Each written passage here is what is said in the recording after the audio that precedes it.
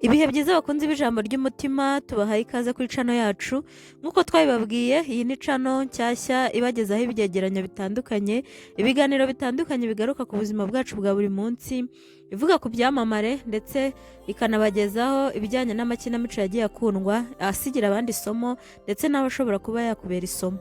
Uyu munsi kuri channel yacu rero tugiye kugaruka ku muntu udasanzwe, umuntu benshi bibazaho byinshi. Hari igihe abantu bavuka badafite amahirwe, ariko kandi hari n'abandi bavuka bafite byose, ariko hari n'abavuka bafite byinshi cyane maze ubuzima bukabagendekera neza kurusha uko babyibwiraga n'uko abandi babyibwira. Uyu munsi kuri channel yacu rero ntitugiye kuvuga ku muntu gusa, ntitugiye kuvuga ku mukobwa wa perezida w'u Rwanda, tugiye kuvuga ku mukobwa wamenyekanye ndetse nawe ubwe akamenya uko kuba mu mucyo w'isi bimera ndetse akaniga no kugendera mu gicuku. Uwo tugiye kugarukaho ni Ange Kagame. Ange Kagame yavukiye mu muryango udasanzwe, yavutse ari umukobwa wa perezida Paul Kagame n'umugore we Jeannette Kagame. Iyo umuntu abyumvise bwa mbere yumva ari ibintu bikomeye. Daughter of the president, child born in the power and also the life of the privilege. Ariko se koko ubuzima bwo kuvukira mu muryango nk'uwo bumera buti? Ese nawe waba ubyibaza? Ngwino tubane. Ange Kagame yavukiye mu buzima bwari bukigoye cyane mu Rwanda. Igihugu cy'u Rwanda cyari kiri kuva mu mateka akomeye, ubuzima bwo kubaka bushya bwari bugitangira. Nk'umwana ntiyigeze abona ubuzima busanzwe nk'abandi bana bakinaga mu muhanda cyangwa se bakidegembya ntabwo babafite. We yakuriye mu mutekano ukomeye, abamurinda, amategeko yagenderagaho, ibyemezo bigomba kubanza mbere yo kugira icyo akora. Ariko mu mutima we yari umwana nk'abandi, yakundaga gukina, yakundaga kwiga, yakundaga guseka ndetse no gusabana n'abandi. Ange Kagame yize mu mashuri akomeye harimo n'ayo hanze y'u Rwanda. Aha niho ubuzima bwe bwatangiriye guhinduka.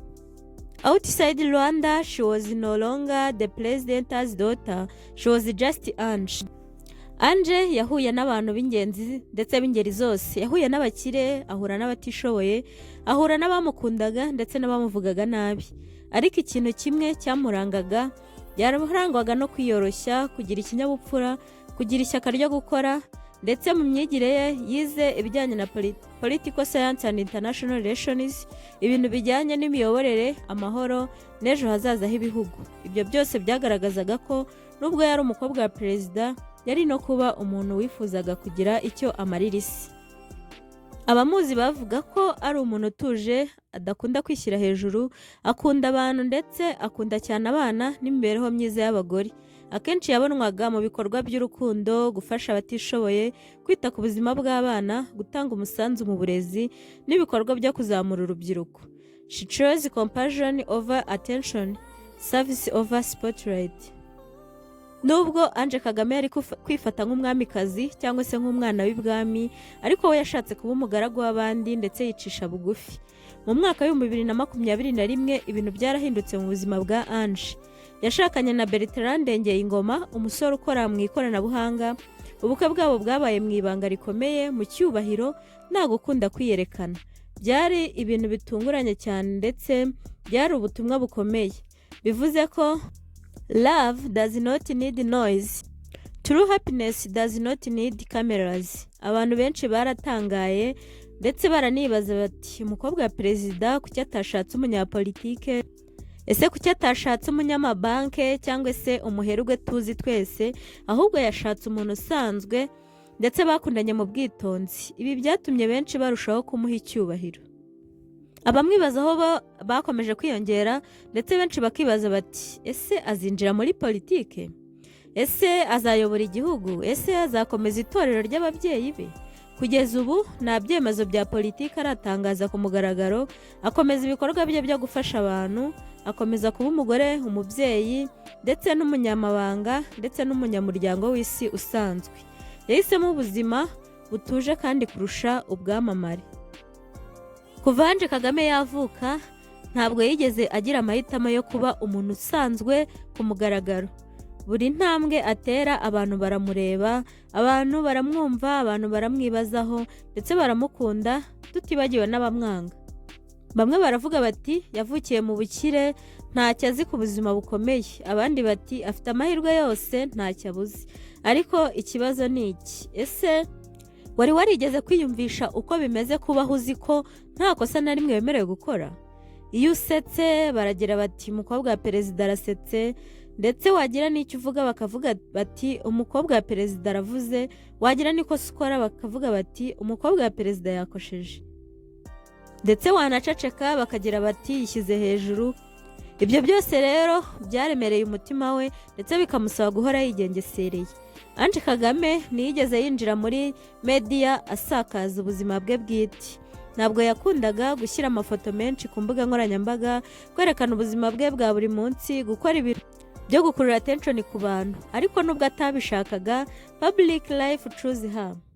Hari abashakaga kumugereranya n'abandi bana b'abategetsi bo ku isi, hari abashakaga kumushyira mu migambi ya politiki atigeze anavuga nk'ijambo na rimwe. Ibyo byose byamuteye gutekereza cyane ndetse no kwiga kwifata mu byo avuga n'ibyo akora. Nta muntu n'umwe ubaho utababara, ndetse na Ange Kagame nubwo ibimubaho byose bitajya mu itangazamakuru, hari ibintu byamwigishije byinshi. Kumva ko izina rinini rishobora guteza ubwigunge, kumva ko ari abantu bake cyane ushobora kwizera, ndetse no kumva ko atari buri wese ugusekera kugira ngo akugirire neza. Hari inshuti zamugiriye nabi, ndetse hari n'abantu bamukurikiranye kubera izina rye atari ukubera umutima we mubi. Nubwo bitari mu rwego rwo kwiyamamaza, ariko Ange Kagame yagize uruhare mu bikorwa byinshi bitandukanye ndetse byiza byafashije abandi. Yafashije imishinga ijyanye n'abagore, uburere bw'abana b'abakobwa, imibereho myiza y'urubyiruko, ndetse no gufasha imishinga y'ubuzima butandukanye. Ibyo yabikoze mu buryo butuje, ibyo kandi akabikora nta makamera menshi amukikije, ndetse nta n'amashusho yo kwamamara ahari. She chose impact over influence. Mu Rwanda ibyo bituma Ange Kagame afatwa mu buryo butandukanye. Hari abamufata nk'icyitegererezo cy'ubupfura, abamufata nk'umukobwa wubatse neza urugo, ndetse n'abamubonamo isura y'umugore w'ahazaza heza. Ariko hari n'abandi bamubonamo akarusho k'ubutegetsi, ndetse n'abamubonamo amahirwe arenze y'abandi, n'abamubonamo ikibazo kuko izina rye riremereye. Ariko mu by'ukuri hanze y'ibyo, Ange Kagame ni umuntu umeze nk'abandi, ufite amarangamutima, amahitamo, ibikomere, inzozi n'ubuzima bwe bwite. Every story has a beginning, every journey has a middle, but only the brave accept the meaning of the ending. Twavuye ku mavu n'amavuko ya Ange Kagame, tunyura mu bwana bwe ndetse n'amashuri ye, ndetse no mu rukundo rwe, mu gitutu cyo kuba umukobwa wa perezida, noneho tugezaho inkuru ihinduka isomo. Uyu munsi Ange Kagame ni umugore wubatse urugo, umuntu wigenga, ndetse umugore wize, umugore uhitamo ituze kurusha urusaku, umugore uhitamo akazi kurusha flame. Ntacyo akora ngo agaragare ku mbuga nkoranyambaga buri munsi, ntashyira amashusho y'amazu ye, ntashyira amafoto y'ubukwe bwe hanze, ahubwo ashyira imbere being real instead of being viral. Mbese Ange Kagame ni umugore uhagarariye igisobanuro cyo kuba umuntu utuje ariko ufite icyerekezo.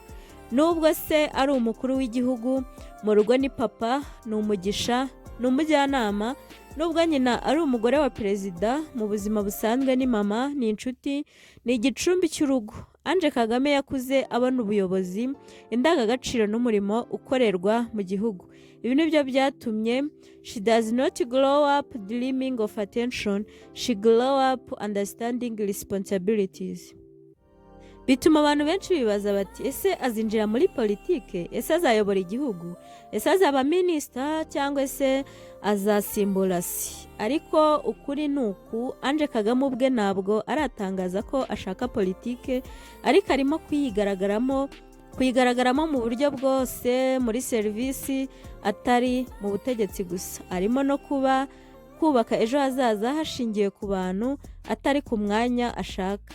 Not every leader needs a podium. Some lead from the shadows, some lead through service. Inkuru ya Ange Kagame rero ifite amasomo atandukanye, ndetse n'ubuzima bwe twabwigiraho byinshi. ntibisaba kuvukira mu bukene ngo uve mu bandi cyangwa se uve mu ndi wundi, ndetse ntibisaba kuba umutindi ngo ugire umutima mwiza, ntibinasaba kuba icyamamare ngo ugire agaciro, ntibinasaba kuvuga cyane cyangwa se kugira icyo ukora kugira ngo wumvikanishe icyo ushaka kugeraho.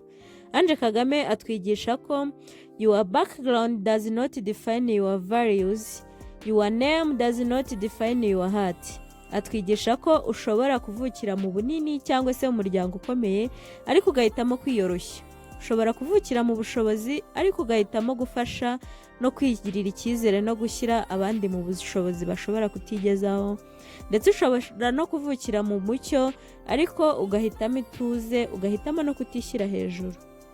Hari abamufata nk'icyitegererezo ndetse hari n'abamushinja byinshi atakoze, hari abamucira imanza batamuzi, hari n'abamushyira mu buzima batigeze bamubonamo, ariko uko ukuri guhora ari kumwe ni umuntu, ni umugore, ni umutima, ni inzozi. Nta mutima w'umuntu udakomeretswa, nta n'umutima w'umuntu utagira ibikomere. Sometimes the strongest people are not those who should the loudest, but those who stay gentle in the word that teaches hardness.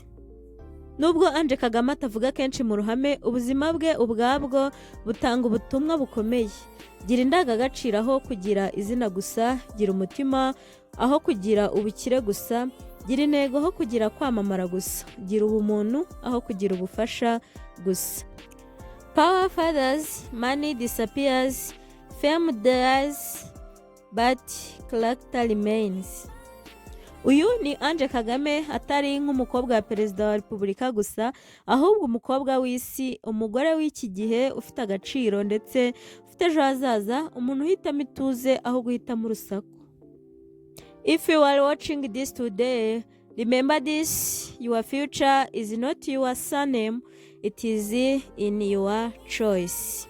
Iyi ni inkuru yagarukaga kuri Ange Kagame, ndetse ishobora kugusigira isomo ryo guhitamo icyiza, gukora ituze ndetse no gukora mu mutuzo, kubaha abantu bose, kudateshwa agaciro n'izina ufite, no guhagararira ndetse no guharanira icyo ushaka kugeraho, kuba mwiza ndetse no kuba uzwi bikaba ari ibintu bigomba guhura. Niba iyi nkuru ya Ange Kagame igukoze ku mutima, fata akanya utekereze ku buzima bwawe, bibaza uti ni iki nshaka gusigira isi, cyangwa se njyewe ni iki nshaka kuzasiga isi inyibukiraho. Don't forget to like, subscribe and share this story with someone who needs hope. Make sure you subscribe on this channel, and thank you for watching this video. Inkuru zacu nakagaruka. Ciao ciao.